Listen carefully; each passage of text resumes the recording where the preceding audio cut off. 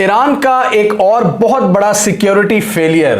Iran के capital city Tehran में Hamas के जो टॉप पॉलिटिकल लीडर हैं इस्माइल हानिया, उनको टारगेट किया गया है। तमाम इशारे इजराइल की तरफ ही हैं, लेकिन इजराइल ने अभी इस वाक़े की जिम्मेदारी कबूल नहीं की। आज की इस वीडियो में हम देखेंगे कि इस बड़े स्केल के इवेंट के क्या असरात मुरत्तब होंगे, सीज फायर टॉक्स का फ्यूचर क्या होगा, ईरान के प्रेसिडेंट का क्या बयान आया है और इस पूरे रीजन में हालात अब मजीद किस तरह आगे बढ़ेंगे, इजराइल ने इससे क्या अचीव करने की कोशिश की है। इस्माइल हानिया को ईरान के कैपिटल सिटी तेहरान में टारगेट किया गया और वो एक बिल्डिंग में ठहरे हुए थे जहां पर दूसरे वॉर वेटरन्स भी मौजूद थे। रिपोर्ट्स के मुताबिक एक एयरबोर्न गाइडेड प्रोजेक्टाइल ने इस बिल्डिंग को निशाना बनाया है जहां पर ये वॉर वेटरन्स ठहरे हुए थे और ये सब मेहमान थे।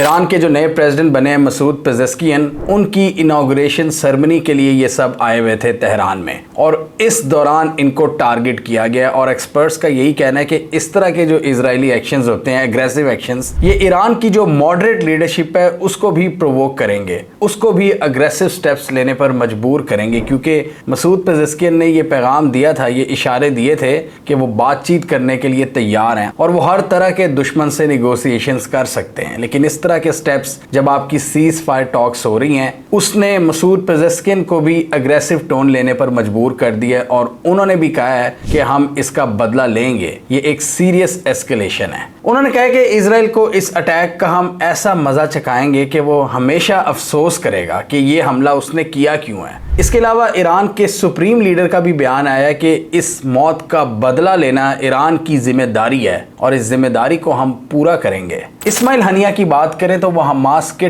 टॉप पॉलिटिकल लीडर थे और जितनी भी टॉक्स होती थी दूसरी पार्टी से यही लीड करते थे। 7 अक्टूबर के बाद इनके बहुत से फैमिली मेंबर्स को निशाना बनाया गया है। इनके बच्चे, इनके ग्रैंड चिल्ड्रन, इनके भाई, इनकी पूरी फैमिली को उड़ा कर रख दिया है। इस्माइल हानिया के हवाले से एक इंटरेस्टिंग चीज़ ये थी कि वो हमास के दूसरे मिलिटेंट कमांडर्स की तरह छुप कर नहीं रहते थे। ऑब्वियसली उन्होंने अटैक वगैरह करने होते हैं तो वो अपनी लोकेशंस बदलते रहते हैं दूसरे कमांडर्स। ये एक पॉलिटिकल फिगर थे और इन्होंने कभी उस तरह हाइड एंड सीक गेम नहीं खेली, अपनी लोकेशंस उस तरह नहीं बदली और ये अक्सर मीडिया के साथ भी इंटरेक्ट करते थे, जिसका मतलब ये है कि वो दुनिया को बताते थे कि कहां पर हैं, कभी कतर में, कभी इजिप्ट में और कभी ईरान में, और ज्यादातर वो पॉलिटिकल सोल्यूशन के हवाले से ही एक्टिव रहते थे। और ये डिप्लोमेटिक नॉर्म्स का असूल है कि जब आप किसी से बातचीत कर रहे होते हो तो आप उसको टारगेट नहीं करते, यानी जो डिप्लोमेट्स होते हैं जिन्होंने बातचीत करनी होती है। इजराइल ने यहाँ पर क्या पैगाम दिया है, क्यों उस लीडर को निशाना बनाया है जो सबसे आगे था पॉलिटिकल डिस्कशन, डायलॉग के हवाले से, और हमास को पॉलिटिकली रिप्रेजेंट कर रहा था हर जगह पर।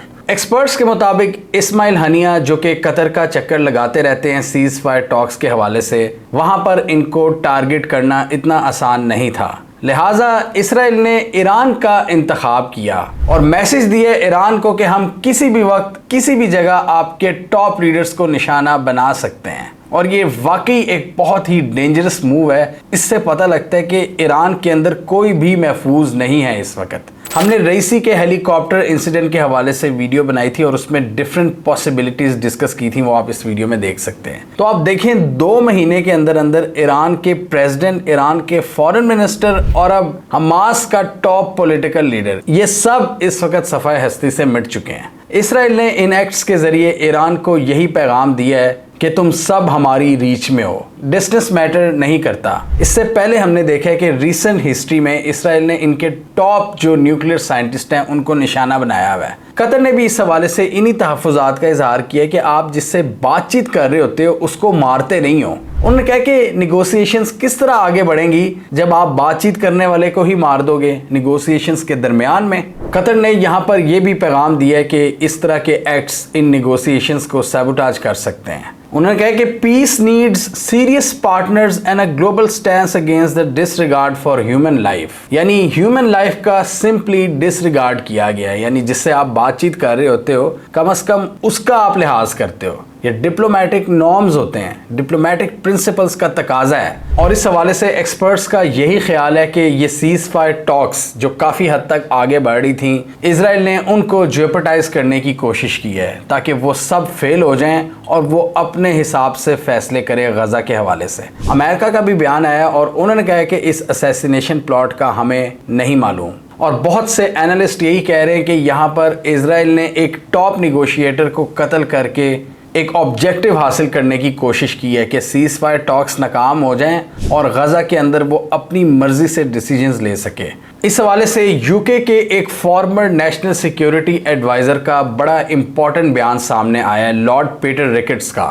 ریکٹس کے مطابق اسرائیل نے یہ پیغام دیا ہے اپنے دشمنوں کو کہ وہ کہیں بھی ٹارگٹ کر سکتا ہے، اور اس کے ذریعے اب نتن یاہو کے پاس ایک موقع یا بہانہ آئے گا کہ وہ اس جنگ کو تھوڑا سا کم کر سکتے ہیں، اس کی پیس کو، اور غزہ کے آپریشن کو وہ آہستہ آہستہ اختتام کی جانب لے کر جا سکتا ہے، کیونکہ اس کے پاس ایک بہانہ ہوگا اپنی پبلک کو دکھانے کے لیے کہ دیکھو جی ہم نے حماس کی ٹاپ لیڈرشپ کو قتل کر دیا ہے، ہم نے رستے سے ہٹا دیا ہے، اب ہم غزہ میں سیز فائر کی بات کر سکتے ہیں۔ یہ یو کے فارمر نیشنل سیکیورٹی ایڈوائزر کا کہنا ہے۔ انہوں نے کہا کہ it gives Israel the political room to begin now to wind down the operation in Gaza because Netanyahu can now say he has really delivered a major blow against Hamas's leadership. لیکن ساتھ ہی ان کا یہ بھی کہنا تھا کہ middle asset میں یہ ڈینجرس ٹائمز ہیں، یہ بہت ہی کرٹیکل سچویشن ہے۔ اسرائیل کے تو اپنے پلانز ہیں، لیکن ان کے مطابق حماس اس وقت بدلے کے لیے بےتاب ہو رہا ہوگا، and Hamas is now unlikely to want to settle in ceasefire talks۔ اب وہ کہیں گے، حماس والے کہیں گے کہ کوئی سیز فائر نہیں کرنا ہم نے، اور آپ خود دیکھیں گے اس موقع پر کیا گیا ہے کہ جب امریکن آفیشلز بھی سیز فائر کے حوالے سے بڑے پر امید نظر آ رہے تھے۔ ابھی یہ جو روم میں ڈسکشنز ہوئی ہیں ساری پارٹیز کی، یہ زیادہ کامیاب نہیں ہوئی، لیکن امریکہ نے یہی کہا تھا کہ ہم پازیٹیو سمت میں آگے بڑھ رہے ہیں اور سیز فائر بہت جلد حاصل کر لیں گے۔ اس ویڈیو میں ہم نے دیکھا تھا کہ کس طرح کیملا ہارس نے بھی کلیئر میسج دیا تھا نتن یاہو کو کہ it's time to end the war, اور اب ڈیفینیٹلی پیس کی ان ایفرٹس کو ایک بہت بڑا دھچکا لگا ہے۔ اس حوالے سے ترکی نے بھی اسرائیل کے ان ایکشنز کی شدید مذمت کی ہے اور کہا ہے کہ اسرائیل کی پیس اچیو کرنے کے حوالے سے کوئی انٹینشن نہیں ہے۔ اسماعیل ہنیہ کے علاوہ جن کو تہران میں ٹارگٹ کیا گیا ہے ایران کے اندر، اسرائیل نے پیرالل میں ایک اور سٹرائک کی ہے لیبنان میں بیروت کے اندر، اور حزب اللہ کے ایک ٹاپ کمانڈر فؤاد شکر کو نشانہ بنایا ہے۔ اسماعیل ہنیہ کی بات کریں تو وہ 7 اکتوبر سے ہی اسرائیل کی ہٹ لسٹ پر تھے، اور نتن یاہو نے بھی کہا تھا کہ ہم نے موساد کو آرڈر کر دیا ہے کہ ان پر نظر رکھیں، ان کی جو ٹاپ لیڈرشپ ہے، اور موقع آنے پر ان کو اسیسینیٹ کر دیا جائے، اور اسرائیل نے ابھی یہی کیا ہے۔ مطلب یہ پاسبلٹی ہے کہ اسرائیل کے پاس پہلے بھی کچھ مواقع آئے ہوں جہاں پر یہ ٹارگٹ کر سکتے تھے اسماعیل ہنیہ کو، لیکن یہاں پر انہوں نے ایک بڑے ہی کریٹیکل پوائنٹ پر ان کو ٹارگٹ کیا ہے جہاں پر سیز فائر ٹاکس کامیاب ہونے والی تھی، اور اپنے کچھ پولیٹیکل مقاصد کو اچیو کرنے کے لیے انہوں نے اس موقع پر ان کو ٹارگٹ کیا ہے، پولیٹیکل اور ملٹری آبجیکٹیوز حاصل کرنے کے لیے، کہ ایک تو حماس کی ٹاپ لیڈرشپ کا خاتمہ ویسے ہی اسرائیل کے لیے ملیٹریلی ایک بہت بڑی کامیابی ہے، پولیٹیکلی یہ اپنے ملک میں لوگوں کو دکھا سکیں گے کہ دیکھو جی ہم نے کس طرح حماس کی ٹاپ لیڈرشپ کو ڈسمینٹل کر دیا ہے۔ اور اس کے ساتھ ہی اسرائیل نے ایک پیغام بھی دیا اپنے دشمنوں کو کہ وہ جہاں بھی ہیں ان کو وہ ٹارگٹ کر سکتا ہے، اور واقعی یہ ہم دیکھ رہے ہیں کہ اسرائیل اس وقت کھل کر اٹیکس کر رہا ہے حماس کی لیڈرشپ کو، ایران کی لیڈرشپ کو، حزب اللہ کی لیڈرشپ کو، ٹاپ کمانڈرز کو مارا جا رہا ہے۔ اس سے تو اب یہی ڈر لگتا ہے کہ ایون ایران کے اندر بھی اب ٹاپ لیڈرشپ محفوظ نہیں ہے اسرائیل کے ہاتھوں۔ ایران کو اپنے ایئر ڈیفنس سسٹم پر کام کرنے کی سخت ضرورت ہے۔ اس ویڈیو میں ہم نے ڈسکس کیا تھا کہ کس طرح وہ روس کے ساتھ اپنے میزائل سسٹم کو تو اپ گریڈ کر رہے ہیں، میزائل سسٹم کو، ڈرون سسٹم کو، اور یہی ٹیکنالوجی وہ حزب اللہ اور حوثیز کو بھی پرووائڈ کر رہے ہیں، لیکن ایئر ڈیفنس سسٹم کے حوالے سے، اپنی ایئر سپیس کو محفوظ رکھنے کے حوالے سے ایران کو سخت اقدامات کی ضرورت ہے۔ آپ خود دیکھیں کہ پریزیڈنٹ رئیسی کے ہیلی کاپٹر کانوائے میں ٹوٹل 3 ہیلی کاپٹرز تھے، اور ایک ہیلی کاپٹر کو ہی حادثے کا سامنا کرنا پڑا۔ یہ بہت سے سوالوں کو جنم دیتا ہے، اور یہ ایران کی سیکیورٹی پر بھی